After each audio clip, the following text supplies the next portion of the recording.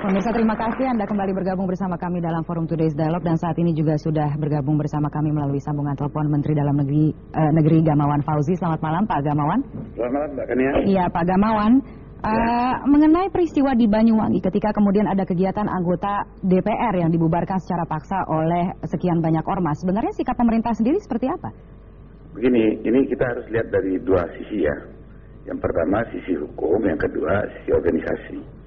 Kalau sebuah peristiwa itu adalah peristiwa hukum, tentu kita serahkan ini masalahnya kepada aparat hukum yang menangani. Tapi kalau yang dipersoalkan organisasi itu harus tunduk kepada Undang-Undang Nomor 8 tahun 85 tentang keormasan. Nah, Kemendagri itu mengurus keormasan tadi. Jadi kita mengacu kepada Undang-Undang Nomor 8 tahun 85 tentang organisasi kemasyarakatan. Baik.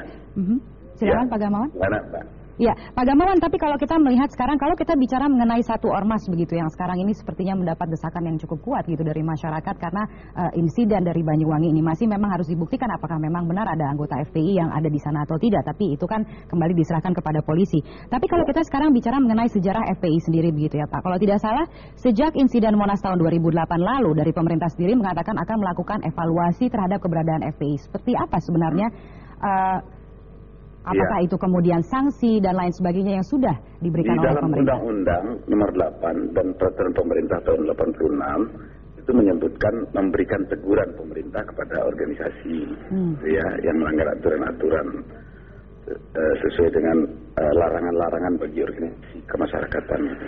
Nah, kalau itu terjadi, maka pemerintah menurut PP tersebut harus memberikan teguran pertama, terus teguran kedua, teguran ketiga, dan apabila masih tetap melakukan pelanggaran, maka pemerintah mengajukan ke Mahkamah Agung untuk melakukan pembekuan organisasinya gitu. Begitu. Ini mekanismenya seperti itu Mbak Kania. Oke, dan kepada Ormas FPI sendiri sudah berapa kali teguran yang dilayangkan oleh pemerintah? Kita baru sekali waktu peristiwa Monas itu.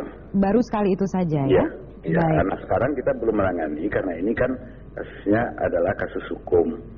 Karena itu kita serahkan dulu bagaimana tindakan kepolisian gitu. Kita lihatlah dulu Mbak. Baik, kalau begitu saya akan ke Pak Munarman untuk mengetahui lebih lanjut mengenai atau pertanggungjawaban beliau gitu sebagai jubir FPI.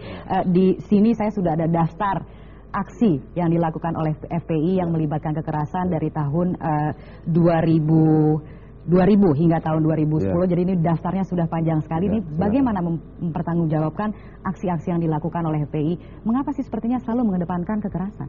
Saya sudah katakan, kalau itu terkait dengan kesalahan individual, maka itu pertanggungjawabannya individual. Dalam apa yang didaftar oleh, saya nggak tahu itu daftar dari mana ya, tapi saya juga punya catatan penting juga tentang kekerasan dari parpol ya, dalam proses pilkada. Saya kira soal kekerasan-kekerasan itu beberapa kali memang anggota FPI sendiri sudah menjalani proses hukum. Jadi itu sudah selesai sebetulnya. Jadi nggak bisa dibebankan lagi dalam konteks ini adalah beban organisasi. Itu sudah pertanggungjawaban hukum dari orang-orang yang melakukan, itu sudah dilakukan. Jadi nggak bisa diikut-ikut lagi dong. Itu nggak fair namanya. Ya? Begitu. Itu tidak fair. Jadi tidak fair katanya. Iya, ini kan karena soal FPI ini banyak sekali melakukan tindakan kekerasan di berbagai tempat. Motifnya sih sebenarnya kan bagus memberantas kemaksiatan. Tapi dari sudut agama Islam sendiri kan memberantas kemaksiatan itu tidak boleh juga dilakukan dengan cara-cara yang mungkar. Itu yang dimaksud di dalam terminologi ajaran Islam bahwa an-nahyu 'anil munkar itu